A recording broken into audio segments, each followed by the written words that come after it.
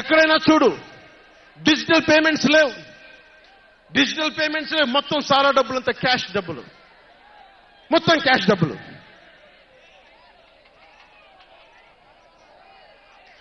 ఇలాంటిది నేను ఇన్ని రోజుల నుంచి, ఇన్ని సంవత్సరాల నుంచి నిలబడే ఉన్నాం. బాధగా ఉంది. అరే మా నేల ఏమైపోతుందని బాధ ఉంది. కింద మీద పడుతున్నాం. ఏ రోజు కూడా ఎవరిని చేయి సాచి డబ్బులు అడగలా. నిలబడి ఉన్నాం. కష్టపడి సంపాదించిన డబ్బులు తీసి పార్టీని నడిపాం. ఎవరున్నారు నా వెనక? మహామహులు ఉన్నారా? నన్ను నమ్మే నా జన సైనికులు, నన్ను నమ్మిన నా తల్లులు తప్ప ఎవరున్నారు నా వెంట? ఎందుకు నిలబడి ఉన్నాం?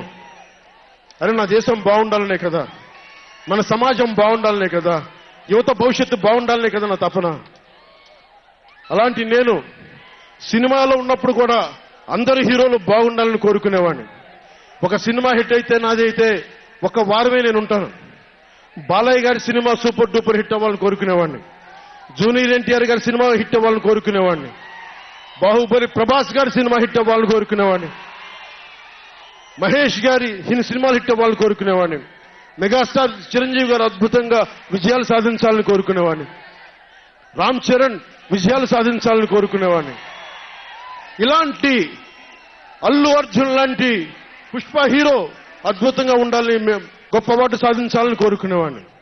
ఇలా ఎందరో, ఒకళ్ళు కాదు, ఎందరో వారందరికీ పేరు పేరున చెప్పలేను, కానీ అందరూ బాగుండాలని కోరుకునేవాడిని.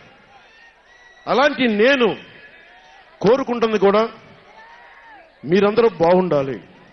మనలో మనం కొట్లాడకుండా, కులాల మధ్య కొట్లాడకుండా, వర్గాల మధ్య పోరు లేకుండా, ప్రాంతీయ విభేదాలు లేకుండా ఆంధ్రప్రదేశ్ సుభిక్షంగా ఉండాలని తపన పడేవాడిని నేను. అలాంటి నేను కొన్ని నిర్ణయాలు తీసుకుంటాం. ఆ నిర్ణయాలు ఎలాంటివి? నాకు సంబంధించినవి కాదు, ప్రజలకు సంబంధించినవి. పొత్తులో భాగంగా నేను 24 స్థానాలు తీసుకున్నాను. 24 అసెంబ్లీ స్థానాలు తీసుకుంటే ఇంతేనా అంటున్నారు. 24ఏనా? ఇంతేనా? మనోళ్ళు కాదు, అవతలి